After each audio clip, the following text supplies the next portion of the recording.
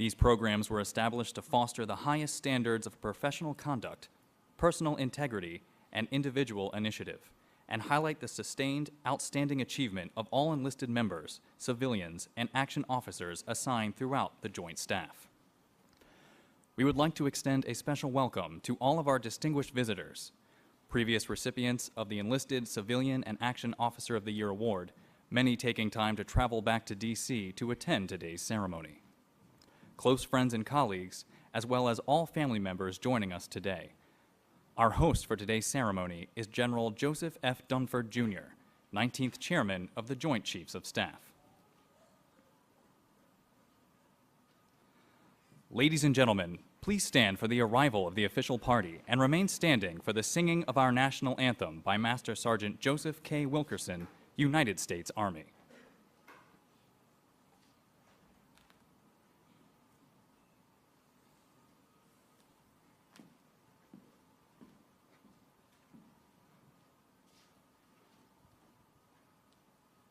Oh, say, can you see by the dawn's early light what so proudly we hailed at the twilight's last gleaming, whose broad stripes and bright stars through the perilous fight o'er the ramparts we watched were so gallantly streaming, and the rocket's red glare, the bombs bursting in air, gave proof through the night that our flag was still there.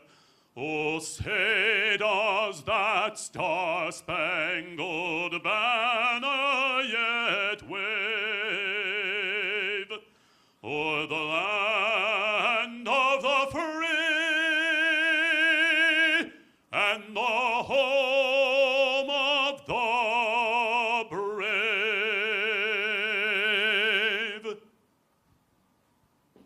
Please be seated.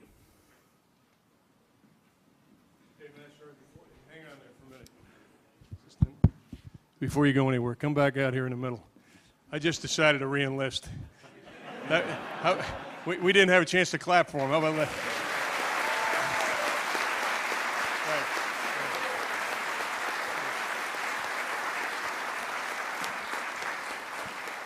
Hey, ladies and gentlemen, and I'm going to use the microphone because I think we got the Hampton Roads folks streaming in, so we want to make sure they can hear as well. But thanks so much for everybody coming here today for our annual awards ceremony, and particularly our former Action Officers of the Year who have come in. I'm not sure if there's enlisted personnel of the year and civilians of the year to come back. Any formers back there? I understand. Yeah, how about stand up? Thanks for. Yeah.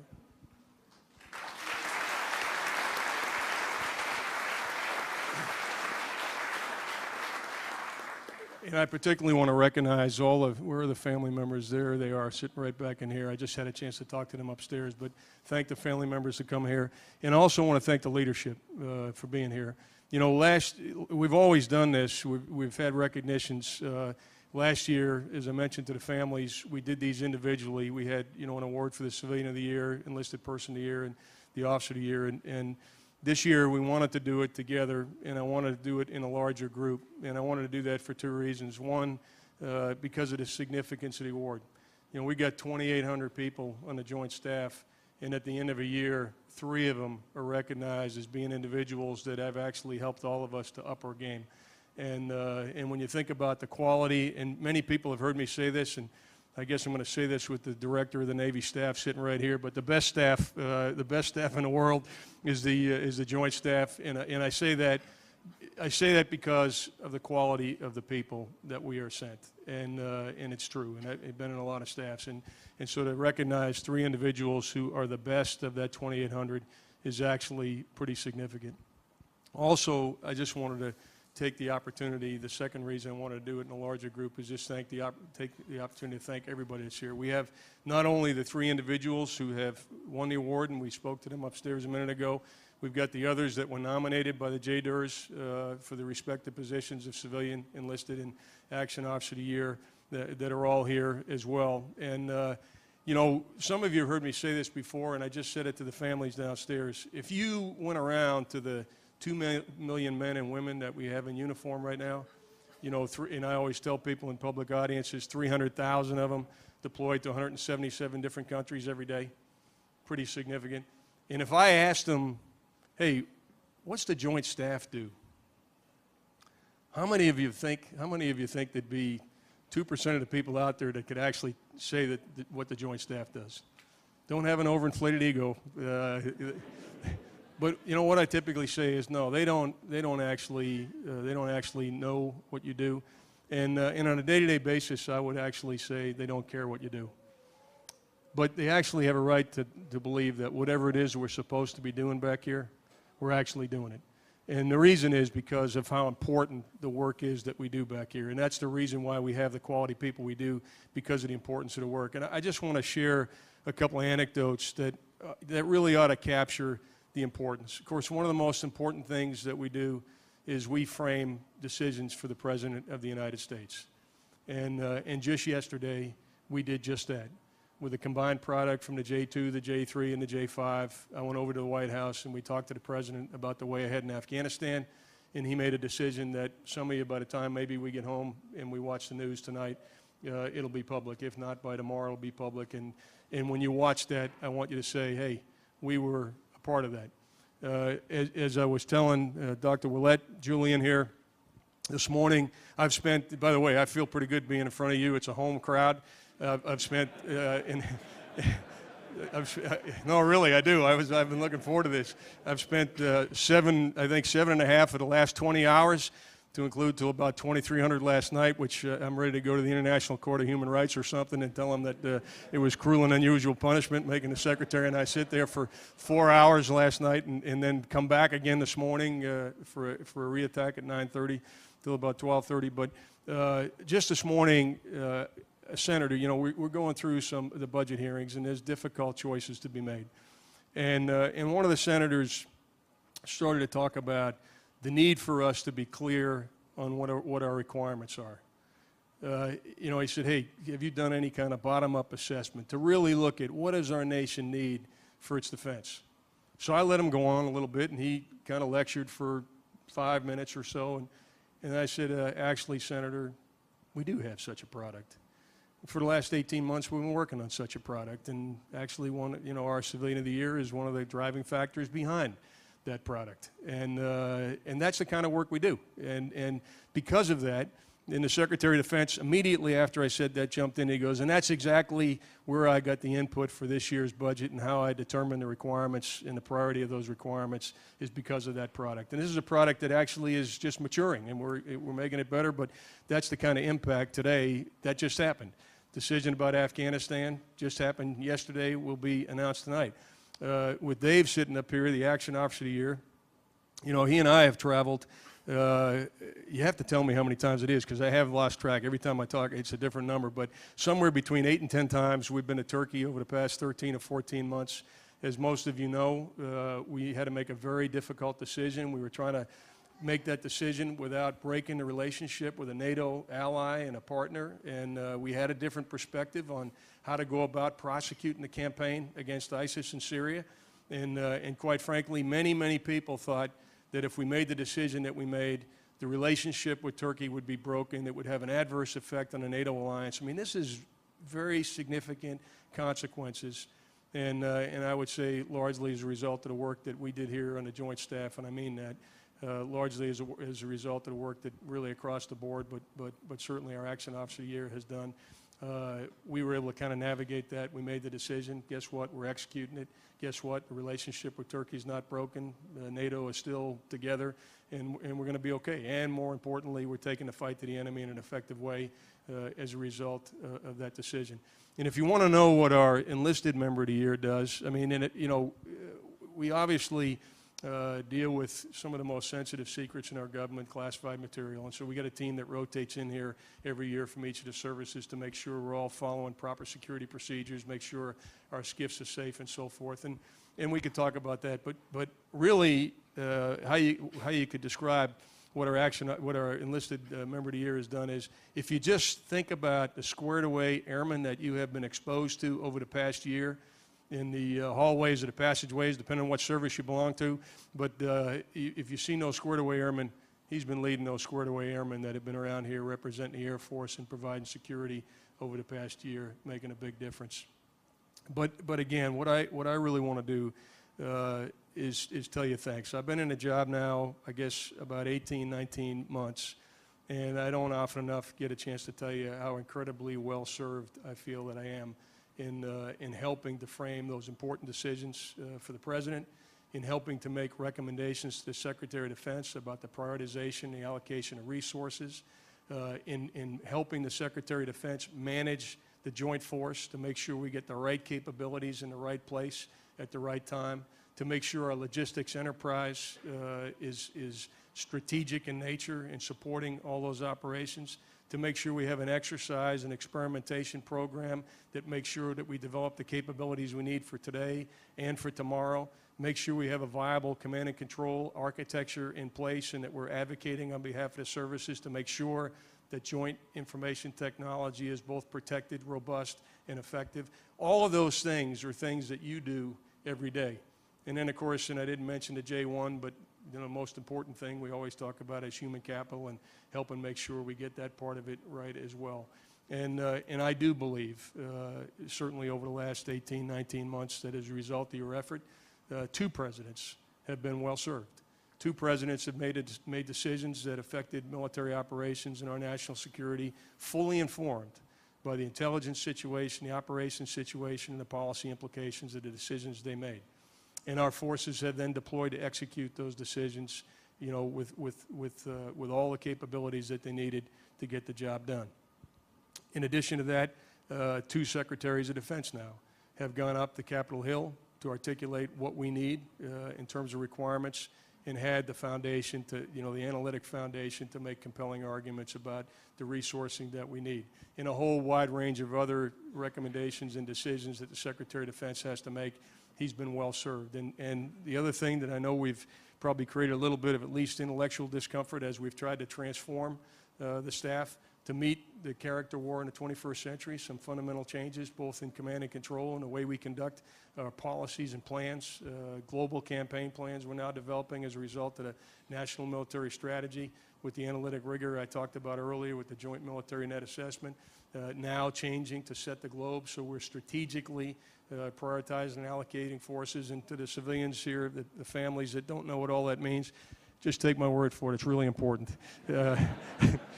It's really important, and your loved ones are the ones that are helping us do it. That's the important thing. But listen, this is going to take a little while, so I don't want to take too much time speaking right now. But number one, I just wanted to take the opportunity to say thanks to all of you, the team in Hampton Roads as well, those of you representing the Joint Staff to be here. I also, and I know why you're here, I appreciate you taking time out as we recognize not only the 3 that have been selected, but all the nominees for the important work they've done over the past year. And, you know, I picked up an expression from an Army general. He wrote a book a few years ago, a guy by the name of Bruce Clark. And I'm going to paraphrase a little bit, but he said, you know, people kind of show what is important by their physical presence. And I think what we are doing today by being here and stopping what we're doing across the Joint Staff is we're actually, by our physical presence, saying that what you 3 have done over the past year is a pretty big deal. And we all admire it and we respect it. And as I said upstairs, for the rest of us, and it is an all-star team, but for the rest of us, you have set the course and speed for the rest of us. You've showed us the way. You've helped improve our game. We've looked to you for example, and we found good example. And I think there's plenty of people here that said, you know what, I worked a little bit harder just because I was watching you. My standards increased just a little bit more because over to my left I was watching what you were doing, and I said, hey, I'm not going to let that guy outrun me, and they upped their game a little bit, and that's the kind of impact that you had in addition to what I mentioned a minute ago. So I really do want you to know that if you look around, this is for you and for the other nominees that are here to say that, you know, your performance, the many hours, whether it's 14, 15 hours a day, the weekends you came in crunching at the last minute, the travel that you were doing. And the one thing that I really appreciate, I've seen all their families, and I know each of the 3 of you has a pretty busy home life as well. And so I particularly want to thank the support that you've had at home as you've been able to give us so much of your time, so much of your energy, so much of your talent to make a difference here in the Joint Staff. You couldn't have done that if you didn't have the kind of support that you have at home. And it's great that each of you is well represented today, and you all will see that here in a couple of minutes. So I'm gonna walk up on stage now, and we'll begin each one of the categories by recognizing the nominees first, all the nominees. And then we'll take a few minutes to recognize the Action Officer of the Year, our Enlisted Member of the Year, and our Civilian of the Year, which represents the team that we have in our Joint Staff. It's a combination of those three backgrounds that we have, all of which bring unique skills and contributions to the team, all of which are responsible for me being able to say with confidence that this is the best staff, as I mentioned when I mentioned a minute ago, and allow me to say with confidence that the President of the United States and the Secretary of Defense are incredibly well served because of what you all do every single day. And I mean that. And I hope just for a few minutes, because most of the time you don't think about who you are or what you do. You're so busy doing it, you don't have a chance to think about it. But I just hope for a few minutes as we recognize those of us who really have stepped up above the game over the past year, I hope for just a few minutes you'll reflect on the incredible job you've done, but the important work that we're doing. And not forget that there is a big joint force out there, and they really are counting on us to get it right. They really are counting on us to frame really difficult problems and afford our decision makers the opportunity to make the right decision. And people's lives are at stake when we do that. Our security is at stake when we do that. Our alliances are at stake when we do that. And making sure that we actually prioritize and allocate our resources properly are all at stake when we do that.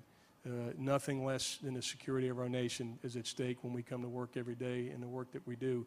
And when you're operating at this level, I think you have an opportunity to impact in a way that probably exceeds many, many other assignments that you could have. And so for the 14, 16, 18 hours a day that you're here, for the weekends that you've crashed as your project has come to the fore and you needed something to do at 0600 on Monday morning, for all those late hours, for the hours that you stared at the screen saying, I'm not inspired yet to write whatever it is I'm supposed to write, and you finally get it done.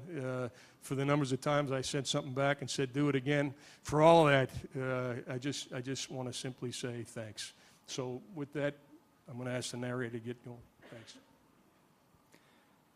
Thank you, General Dunford. Ladies and gentlemen, General Dunford will now recognize personnel representing each Joint Staff Directorate for all three categories. Directorate representatives will receive a certificate of commendation from the Chairman, and those selected as the Enlisted Member, Civilian, and Action Officer of the Year will receive a Joint Staff Award and share the stage with General Dunford for their remarks. We ask that the audience remain seated for all presentations. We begin the presentations with Joint Staff Enlisted Member nominees. From Manpower and Personnel Directorate, Enlisted Member for the first quarter of 2016, Personnel Specialist First Class Hilliard Kelly III, United States Navy.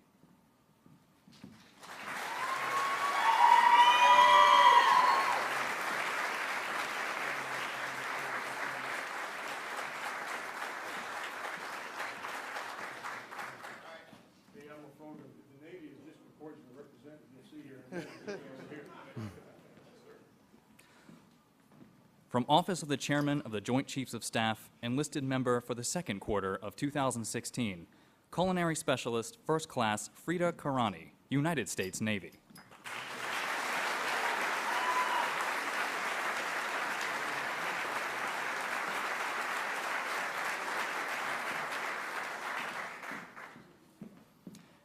And from Directorate of Management, Enlisted Member for the fourth quarter of 2016, Yeoman Second Class Steve Davis, United States Navy.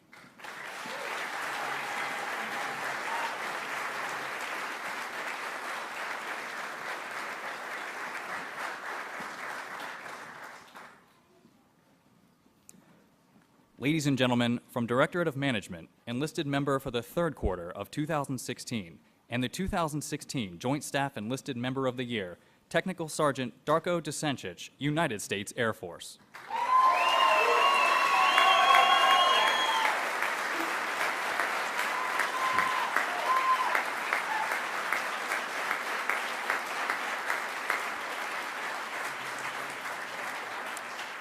Citation to accompany the award of the Joint Service Commendation Medal to Technical Sergeant Darko Desancic. Technical Sergeant Darko Desancic, United States Air Force, distinguished himself by exceptionally meritorious service while assigned as non-commissioned officer in charge, Military Security Force, Directorate of Management, Joint Staff, the Pentagon, Washington, D.C. Sergeant Desancic was hand-selected to represent a highly trained team responsible for the security of the National Military Command Center and approximately 2,500 Joint Staff personnel. He directed 323 random anti-terrorism measures and monitored alarms for 77 sensitive compartmented information facilities. Sergeant Desancic authored the Military Security Force Medical Quick Response Checklist and Top Secret Sensitive Compartmented Information Disposal Procedures. He streamlined standard operating procedures for multi-agency communications by cutting reaction errors and response time by 60%. Additionally, Sergeant Desancic was the on-scene commander for a cardiac emergency. He initiated immediate aid, secured the scene, coordinated medical personnel, and alerted the Pentagon Force Protection Agency.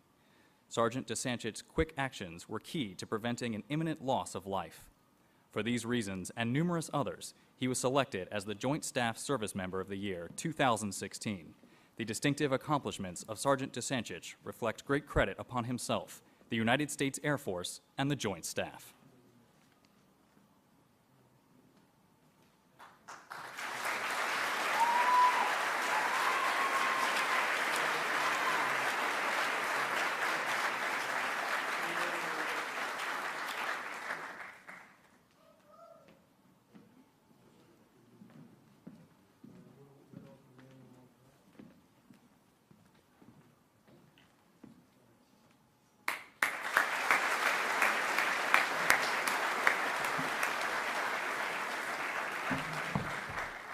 Can everybody hear me? Yeah, I usually don't write anything down. I usually go right off the top of my head with what I think and feel.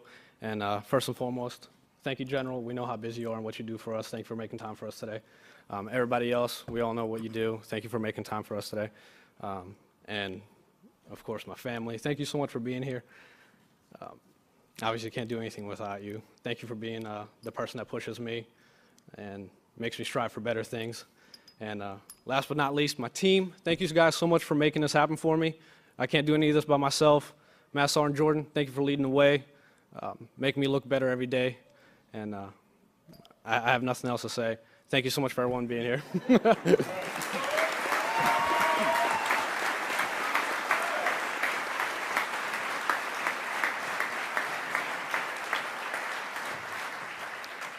Thank you, Sergeant Desancic. Ladies and gentlemen, we will now continue presentations with the Directorate nominees for the 2016 Joint Staff Civilian of the Year.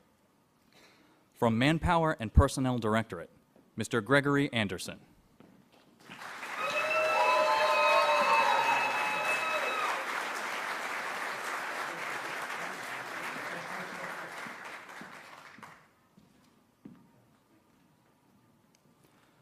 From the Directorate for Intelligence, Mr. Don June.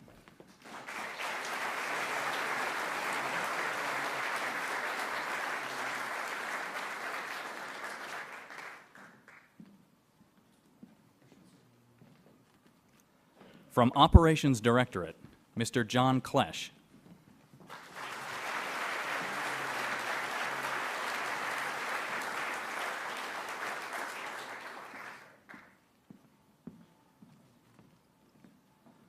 From Logistics Directorate, Mr. Larry Kinder.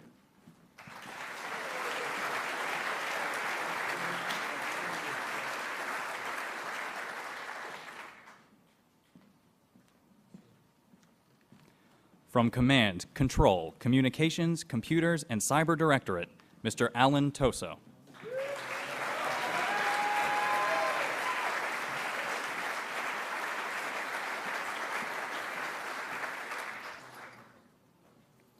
From Joint Force Development Directorate, Mr. Kevin Donlin.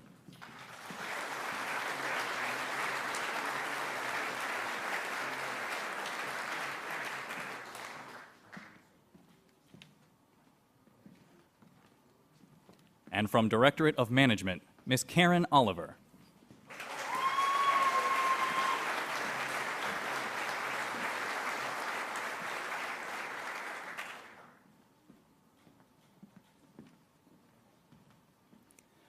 The representative from Strategic Plans and Policy Directorate, Mr. Frank Wolf, was unable to attend today's ceremony. Ladies and gentlemen, the 2016 Joint Staff Civilian of the Year from Force Structure, Resources, and Assessment, Dr. Julian Aulette.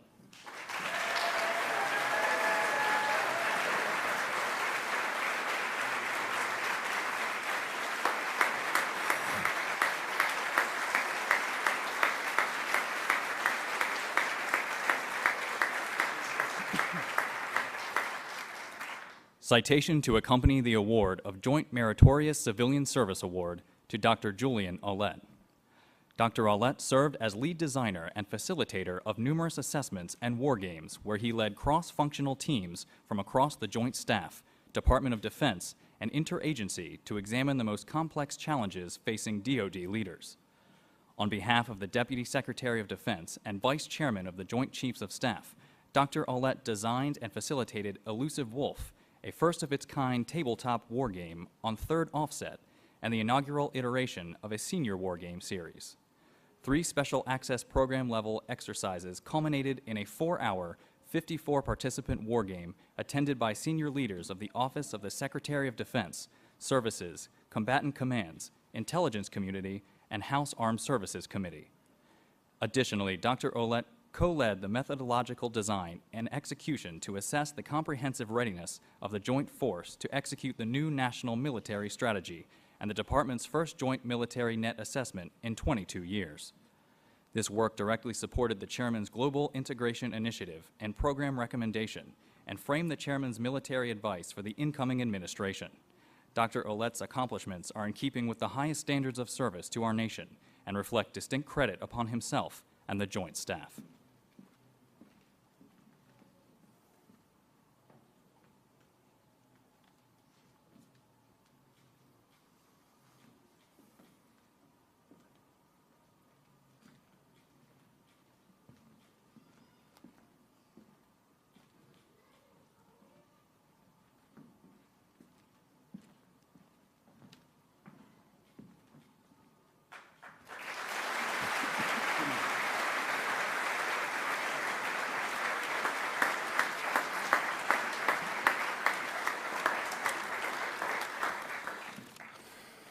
Chairman, thank you. I'm humbled to receive this award and hope I can one day resemble the kind things you said about me. I was asked to keep my remarks brief. Those of you who know me know that means I trimmed it to 30 minutes. Strap in.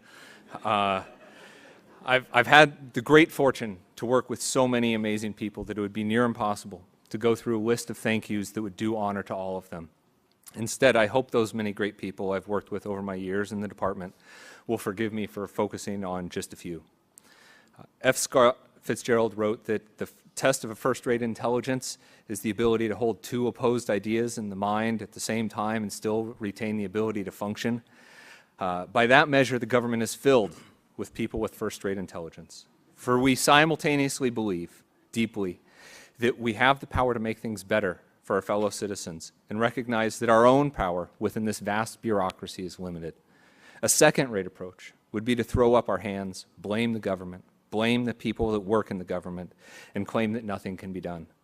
Every day, I get the privilege of working with government civilians and members of the military who reject this, who believe in the American experiment and have committed themselves to defending it. They have their eyes wide open to the warts, to the limitations, and yet retain their optimism that it can be better, that we should do better. That is the heart of public service. Separate from the moral commitment, there's another simple fact. I love working on the Joint Staff. I didn't know that would be the case when I came to work here 6 years ago, but the Joint Staff, and more broadly, my colleagues in the Office of the Secretary of Defense, the services, the combatant commands, are blessed with 3 fundamental requirements for a good job here in the building. Hard problems, great people to work with, and the faith of our leaders to go tackle the problems that the way that we think best. I'd like to call out a few of them now. The citation mentioned 2 major events, and they consumed most of my life over the past year. First was Elusive Wolf, and the second was the Joint Military Net Assessment. On a day-to-day basis while working on both of those, I worked with some of the best this department has to offer, and Lieutenant General Tony Iriarty, Dr. Jim Stevens, and Colonel Neil Fitzpatrick, now retired, sitting back there. Thank you, sir, for coming. Words here can't do justice to how much I admire and enjoy working with these three men. When this award was announced, I was humbled and, to be a bit honest, a bit embarrassed. I know that there was nothing I did in this past year that I did by myself. In fact, the list of people that I worked with this past year is so long I could spend my entire time thanking just those people. I won't thank all of them, but I wanted to call out a few. Colonel Mo Azar was my partner in crime on Elusive Wolf, and one of the smartest, most professional, and funniest officers I've had the opportunity to work with. Along with Mo, Jason Combs, PJ Makish, Will Schlickenmeyer were instrumental in pulling that game together and deserve recognition for that as well. On the Joint Military Net Assessment, it was a massive project, an undertaking that not many people thought could be done. And my co-lead on this, and I couldn't have asked for a better one, was Lieutenant Colonel Christian Teutsch. Well over 100 people contributed to the GIMNA. Within my own office, it could not have come into being without Neil Fitzpatrick, Margaret McCown, Ken McCown, no relation, Robert Drozd, or Adam Frost. But there is no GIMNA without Christian. Separate from being a great officer and a top-notch analyst, Christian is also a great friend and one whose partnership I will always value. Let me also say here that what most people in this building already know, but is not widely known outside the building, that you can scarcely do better in the department than to work in the Studies, Analysis, and Gaming Division. The scope of the problems that come through our office is mind-boggling. The quality of the people that I get to work with is unparalleled, and the can-do culture that permeates that team is something to behold. Let me wrap up with a few words to those dearest to me, to my mother and father. You patiently endured my outrageous stubbornness, taught me to pursue what I loved without reservation, and you remain the marks I measure myself against as a person, as a father, and I find I have more to do. Davida, you became my sister later in life, and yet my family is fuller with you in it, and I'm not sure what it was without you and Janelle. Thank you for coming all the way from California for this. My brothers, John and Zach, who traveled from Boston, and Adam, who traveled from Reno to be here. Somehow you're 9 years younger than me at most, and yet I find myself following in your footsteps. You're smarter, more accomplished, better people, maybe better looking. What's a guy to do? And then my son, my daughter, Elijah, Neve. You fill my heart with happiness and laughter every single day. You're silly and smart, caring and kind. You're always in my heart. And I hope today you could see a little bit of what I get to do at work. And Jamie, my best friend, my sparring partner, my love. The cost of me working here and living in Fredericksburg is largely paid by Jamie. I commute 20 hours a week. In those hours, while I'm gone at work and commuting, she is frankly kicking ass at Germanna Community College, full-time professor. She's taking care of the family. She's coaching my son's team. She's volunteering in the community. In short, I'm not worthy. I hope someday I can be. With that, Chairman, thank you for the time to speak, and back to you.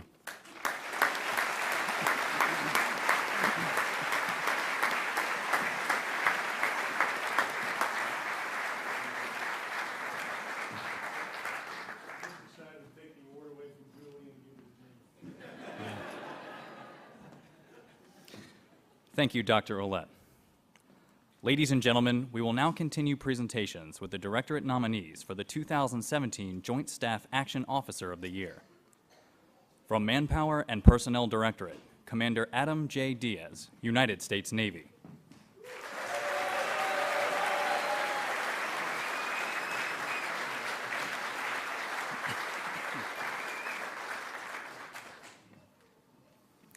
From the Directorate for Intelligence, Major Arturo Tabayan, United States Army.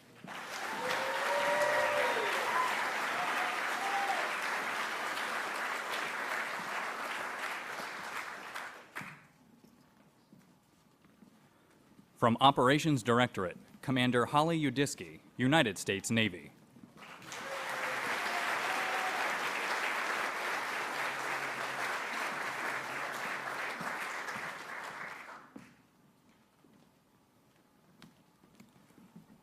From Logistics Directorate, Lieutenant Colonel David Fazenbacher, United States Air Force.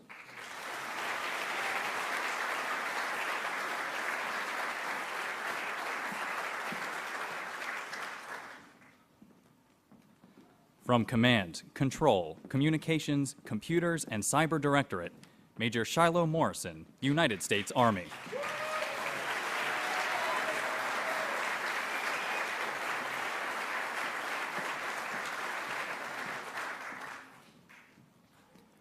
From Joint Force Development Directorate, Lieutenant Colonel Benjamin Mather, United States Air Force.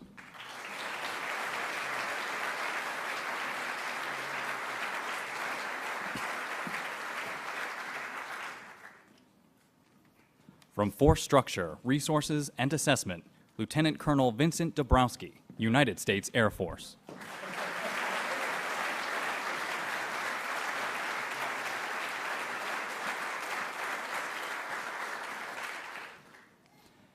And from the Directorate of Management, Lieutenant Colonel Nolan Green, United States Air Force.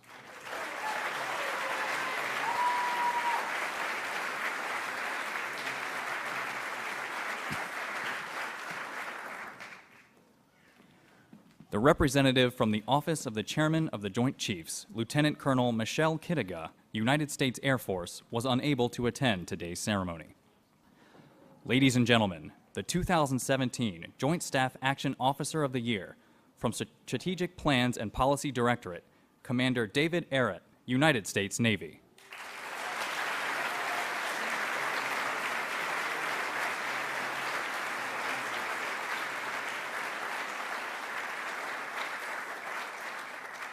Citation to accompany the award of the Joint Service Commendation Medal to Commander David Arrett. Commander David J. Arrett, United States Navy, distinguished himself by meritorious achievement, resulting in his selection as the Joint Staff Action Officer of the Year for 2017. While assigned to the J5 Deputy Directorate for Politico-Military Affairs, Europe, NATO, Russia, as a country desk officer for Turkey, Commander Arrett established himself as an indispensable member of the collective J5 team. Following the failed coup in July 2016, Commander Arrett helped prepare the chairman for twice-monthly meetings over an 8-month period with his Turkish counterpart, General Akar. Through his writing of executive summaries, talking points, preparing travel books, and participating in trip preparation sessions, Commander Arrett helped shape the chairman's understanding of the strategic context and individual friction points in the U.S.-Turkey relationship. As a result of his superior efforts, the strategically important relationship between the chairman and General Akar quickly evolved from a narrowly scoped, limited association into a full-fledged, highly robust partnership that has helped to enable the ongoing fight to degrade and ultimately defeat ISIS. For these reasons, and numerous others, he was nominated to compete for and selected as the Joint Staff Action Officer of the Year for 2017. The distinctive accomplishments of Commander Arrett reflect great credit upon himself, the United States Navy, and the Joint Staff.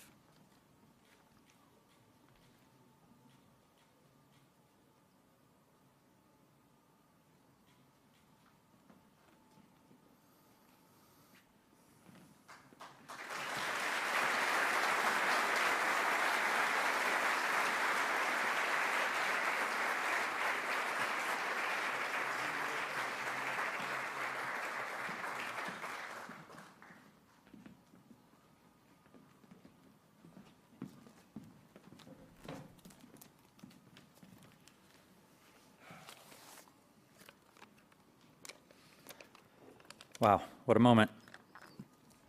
Good afternoon, everyone. General Dunford, thank you very much. And thank you to everyone for coming today. Since the announcement that I was selected, everyone has been extremely kind and generous with their comments, greeting me in the hallway and sending me emails to say congratulations. And that's really meant a lot. Some have even talked about prior recipients of the Action Officer of the Year and some of the amazing careers that they've gone on to have. And so I've started to think, wow, maybe I can get what I've always wanted since I've been here at the Pentagon, a parking spot.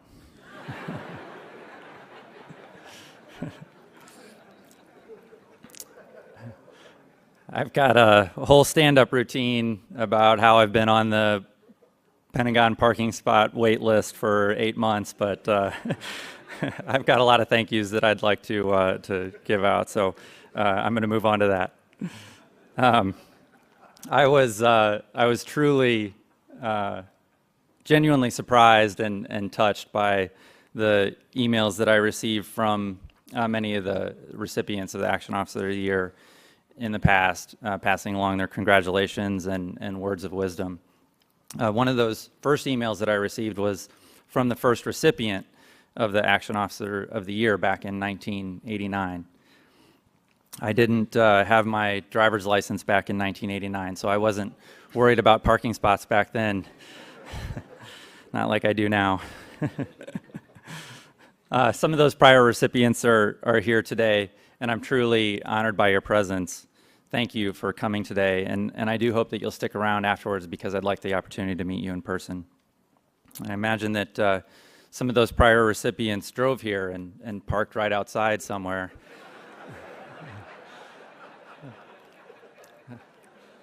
Must be nice.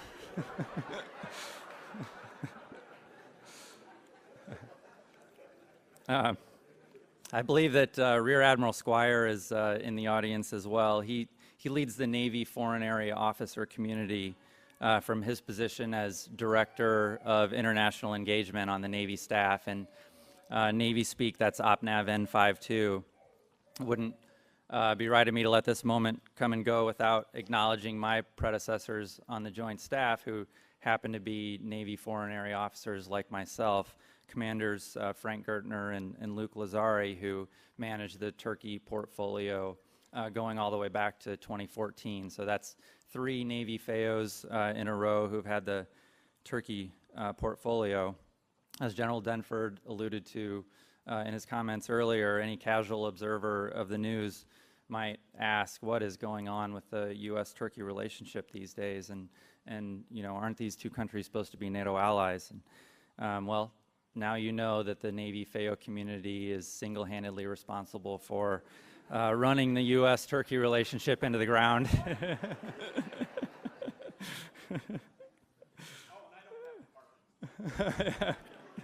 I'm glad to hear we're in the same boat, sir. Telling jokes about the U.S.-Turkey relationship is a little bit risky. We're certainly not out of the woods yet, so I would just like everyone to know that my remarks have been approved by my prior Assistant Deputy Director, Colonel Vern Leitner. That's Lightner.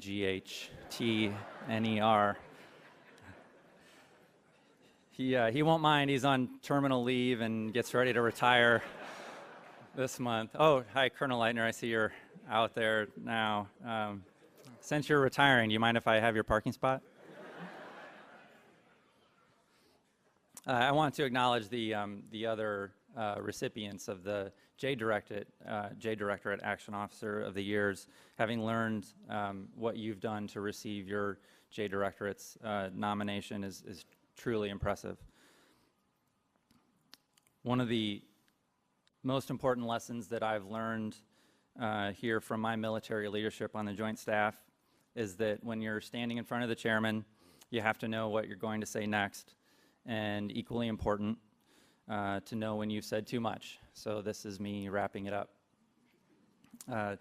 General Dunford, working for you and for General McKenzie has been a unique and rewarding experience because of your ability to clearly articulate and act on your vision of the world. I'm extremely fortunate to have 16 family members here in the audience, including a very good friend from high school, who have all traveled from Illinois, Michigan, and Arizona to be here today. And I want to say that your support means everything to me and my wife, Natalie. Thank you for being here today. And lastly, to Natalie and my children, Madeline and Will, life just wouldn't be as meaningful or fun without you. Thank you for everything you are to me. I love you. Thank you.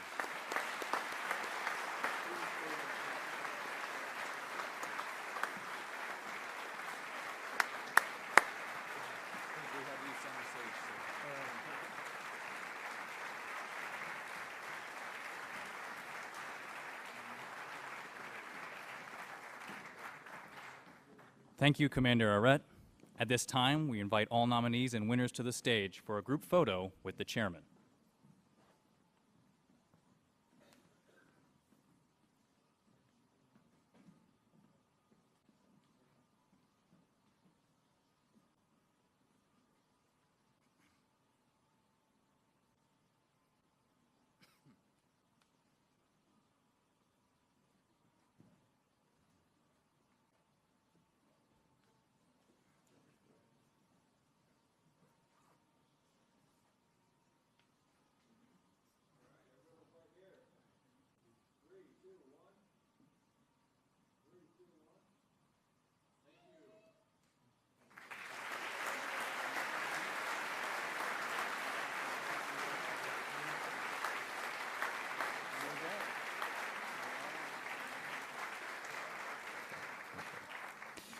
This concludes today's ceremony.